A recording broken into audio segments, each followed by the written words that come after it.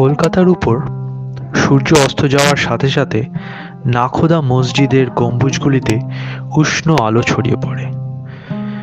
জাকারিয়া স্ট্রিটের সরু গলিগুলি এক অসাধারণ রূপান্তরের মধ্যে দিয়ে যায়। পবিত্র রমজান মাসেই চিৎপুর এলাকার এই ঐতিহাসিক রাস্তাটি সত্যিই জীবন্ত হয়ে ওঠে। একটি প্রাণবন্ত, ব্যস্ত এবং সুগন্ধযুক্ত খাবারের স্বর্গে পরিণত হয়, যা জীবনের সকল স্তরের মানুষকে আকর্ষণ করে। জাকারিয়া স্ট্রিট কেবল খাবারের গন্তব্য নয়, এটি ইতিহাসের সাথে মিশে থাকা একটি স্থান।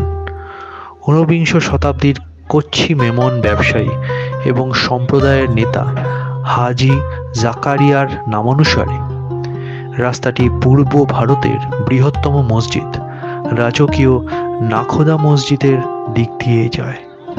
মুঘল স্থাপত্যের দ্বারা অনুপ্রাণিত লাল বেলে পাথরের সম্মুখভাগ সহ মসজিদটির আধ্যাত্মিক এবং স্থাপত্য উভয় দিক থেকেই এলাকাটিকে নোঙ্গর করে। রমজান মাসে মসজিদের চারিপাশে এলাকা উৎসবের মেজাজে সজ্জিত হয়।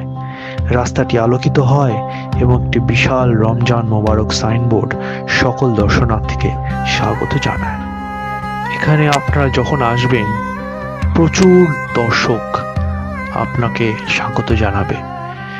এনারা এই জাকারিয়া স্ট্রিটে বিভিন্ন রকমের খাবারের পসরার স্বাদ নিতে এসছেন। এখানে কিছু আইকনিক কাবাব দোকান আছে, যেমন আডামস কাবাব শপ, দিল্লি 6, তাসকিন, আলবাইক। সব জায়গায় নানান রকম কাবাব এবং তন্দুরি চিকেনের সুন্দর সুন্দর পসরা সাজিয়ে আপনাকে স্বাগত জানাবে। কি কি খাবেন? প্রথমত বলে রাখি, অ্যাডামস কাবাব শপ থেকে সুতলি কাবাব একদম মিস করবেন না। দিল্লি 6-এর আফগানি চিকেন, তাসকিনের মুর্গ চাঙ্গেজি বা মাহি আকবরি, এইগুলো সত্যিই মিস করা যায় না। আর মিষ্টি মুখে অবশ্যই হাজি আলাউদ্দিন সুইটস ট্রাই করবেন।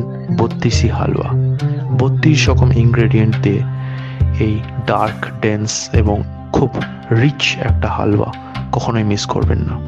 এবং সবশেষে মোহাব্বত কা শরবত তো একেবারেই মিস করা যাবে না।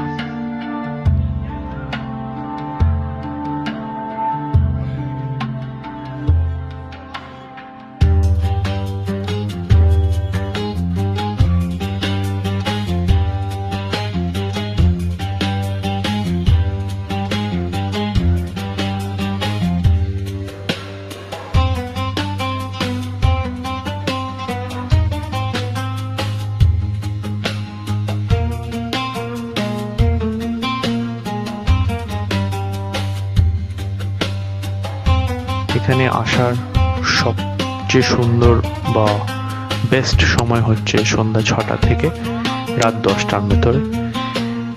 আর এখানে একটু হাঁটাহাঁটি করতে হবে, তাই লাইট ক্লথ পরবেন, একটু জলের বোতল ক্যারি করবেন এবং অবশ্যই চেষ্টা করবেন একটু ক্যাশ ক্যারি করার, কারণ এখানে সব ছোটোখাটো দোকানে হয়তো আপনার কার্ড অ্যাকসেপ্ট নাও হতে পারে।